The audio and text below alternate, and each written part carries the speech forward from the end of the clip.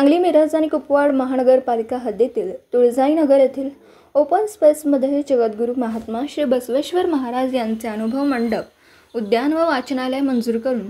त्यासाठी 2,50,00,000 रुपयांची निधी मिळवून दिल्याबद्दल माननीय आमदार विनायजी कोरे सावकार यांचे लिंगायत समाजाच्या वतीने सत्कार व आभार मानले। या प्रसंगी जनसुराज्य पक्षाचे प्रदेशाध्यक्ष सुमितदादा कदम, मोहन सर हनकंडे, माजी नगरसेवक विष्णुदादा माने व कल्पनाताई कोळेकर मोठ्या संख्येने लिंगायत समाजातील मान्यवर उपस्थित होते। पूर्तता होत असताना महात्मा बसवेश्वरांनी 12व्या शतकामध्ये जगात पहिल्यांदा लोकशाहीची संकल्पना मांडली आणि अनुभव मंडपाच्या माध्यमातून मानव जातीच्या कल्याणाची संसद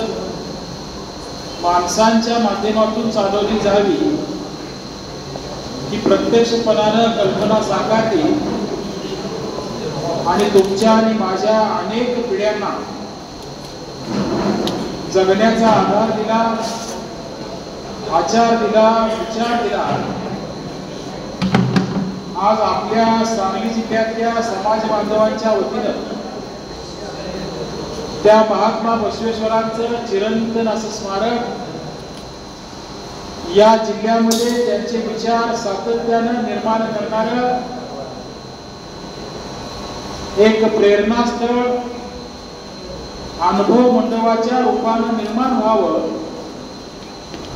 अशी खरं तर अनेक वर्षांची सगळ्या समाज बांधवांची असणारी इच्छा पूर्णत्वाला जात असताना